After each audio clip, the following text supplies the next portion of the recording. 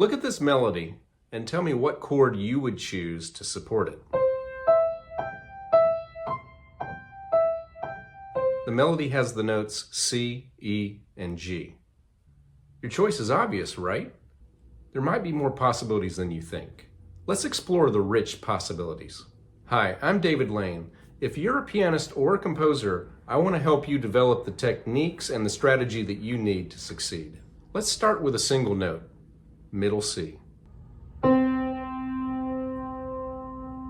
Limiting ourselves to major and minor triads, or chords that have exactly 3 notes, what are the possible ways to harmonize middle C? Let's start with the most obvious, C major or C minor. C is the root of both. But what if you made C the third of the chord that you want to use? Well, then you have a choice of A minor or A flat major. What if C is the fifth of the chord that you're using? Well, then you have a choice of F major or F minor. So for one single melody note, we are up to 6 possible chords. But there's a few more that we could use if you just allow for 3-note chords. If you allow for augmented and diminished triads, there are 4 more chords that you can use, or 6 if you want to be technical, and I'll explain what I mean in just a second. With middle C as the root, there's C diminished. As a third, it goes with A diminished. If middle C is the fifth, it goes with F sharp diminished. C also fits 3 different augmented triads, but an augmented triad is what's known as a symmetrical chord. There are exactly 4 half steps separating each chord note, and you are exactly 4 half steps away from getting back to the root. That is 1 octave above where you started. This means that any of the notes can be the root depending on how you spell it. As C, E, G sharp, the root is C. As C, E, A flat, the root is A flat. As B sharp, E, G sharp, the root is G sharp. And the function is actually different depending on which note you do call the root, so even though this is the same 3 keys, we will count it as 3 different chords. So middle C can be harmonized with just a 3-note chord 12 different ways: 3 major, 3 minor, 3 augmented, and 3 diminished triads. So if you're writing a piece of music and you're trying to figure out what chord to use just for 1 note, you have 12 choices if you only want to use 3-note chords. But now let's get into extended harmonies, 7ths, 9ths, 11ths, 13ths, and so on. The middle C can exist as part of no fewer than 24 different 7th chords.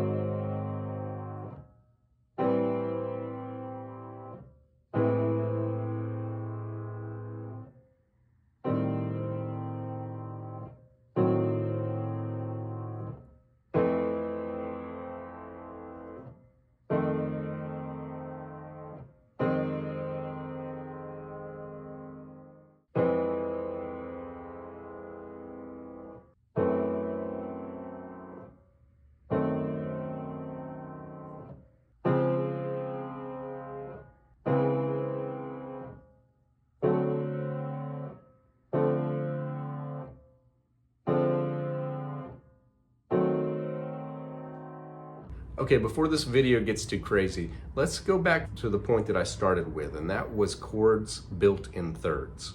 Let's look at the basics. Here's a pattern you want to memorize. Face, F-A-C-E, G-B-D, followed by face again. So F-A-C-E, G-B-D, F-A-C-E. You don't actually need the last C-E in that second word of face, but it will help you to remember the sequence. This is the musical alphabet in thirds. Take any 2 in a row and you have a third. F to A to C, C to E, E to G, G to B, B to D, D to F.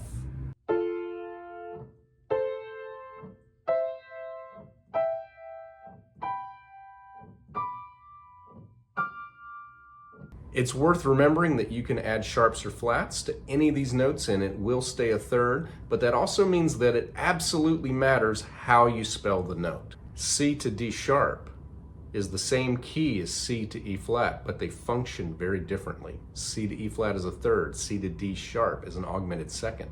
G sharp is the same key as A flat, but if you're trying to figure out what to call it, you need to see which fits the alphabet in thirds.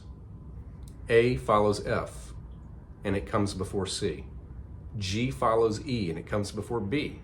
You can make both of those notes sharp, flat, natural, or only one of them sharp, flat, or natural, and it still remains a third. But you have to have the letters correct. So take that into account when you're trying to figure out what do you call the black key that you're playing. Is it a sharp or is it a flat? Go to the alphabet of thirds and see what makes it work. Now take that musical alphabet in thirds, but take 3 notes in a row, and you have the spelling for any triad or any 3-note chord: F-A-C, A-C-E, C-E-G, E-G-B, G-B-D, B-D-F, and D-F-A.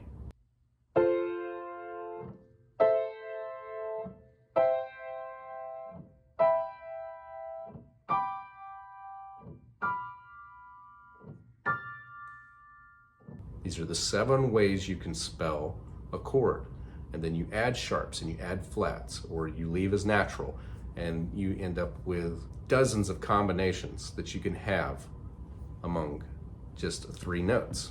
You can take C, E, G, and you can change any of those notes to sharp or flat, and you have possibilities.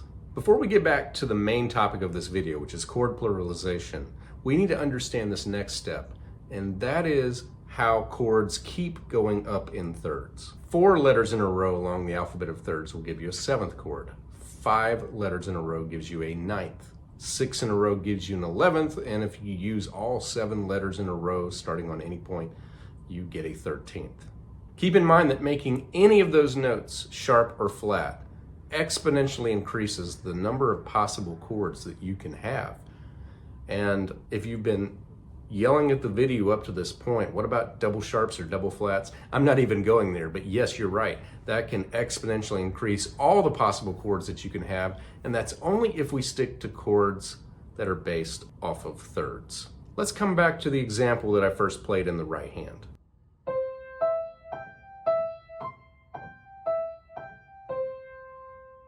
It implies a C major chord because I'm playing the root, third, and fifth of what would be a C major chord. In the left hand, I could add the root, the third, or the fifth to create a root position, first inversion, or second inversion composite between the hands.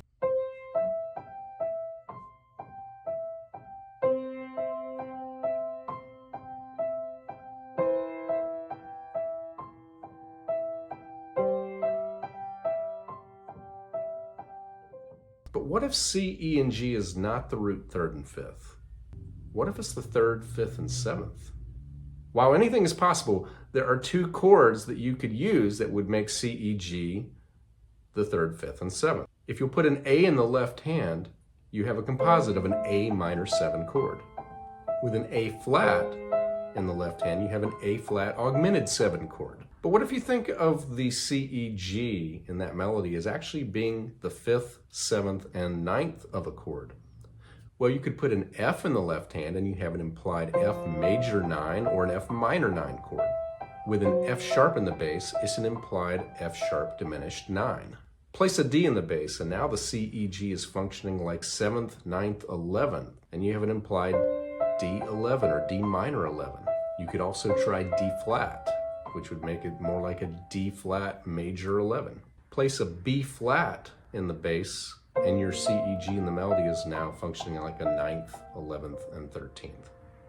Now you could flesh out these chords to make them more obvious, but there is a lot of power in implied harmony. And the higher the numbers of the function of the melody notes, so for example, 9th, 11th, and 13th compared to root, third, fifth, the more sophisticated and possibly the more dissonant the harmony is going to be, especially if you do flesh it out. So let's take something simple like a C chord going to a nearby F chord in the right hand, and let's support it with the roots in the bass. Then change the left hand so that the right hand makes the upper notes of seventh chords. Then change the left hand so that the right hand is implying the upper notes of a ninth chord. Then the right hand is implying the upper notes of an 11th chord. And then it's implying the upper note of 13th chords. Jazz players know this trick really well. You can see a complicated chord like a C13 sharp 11, which is spelled in its entirety in root position C, E, G, B flat, D, F sharp A. Well, it's actually nothing more than a D major triad over a C7. You can place that C7 entirely in the left hand and then improvise with nothing but the D major triad in the right hand, and it sounds great. You can do inversions, you can embellish it, there's all kinds of things that you can do with this.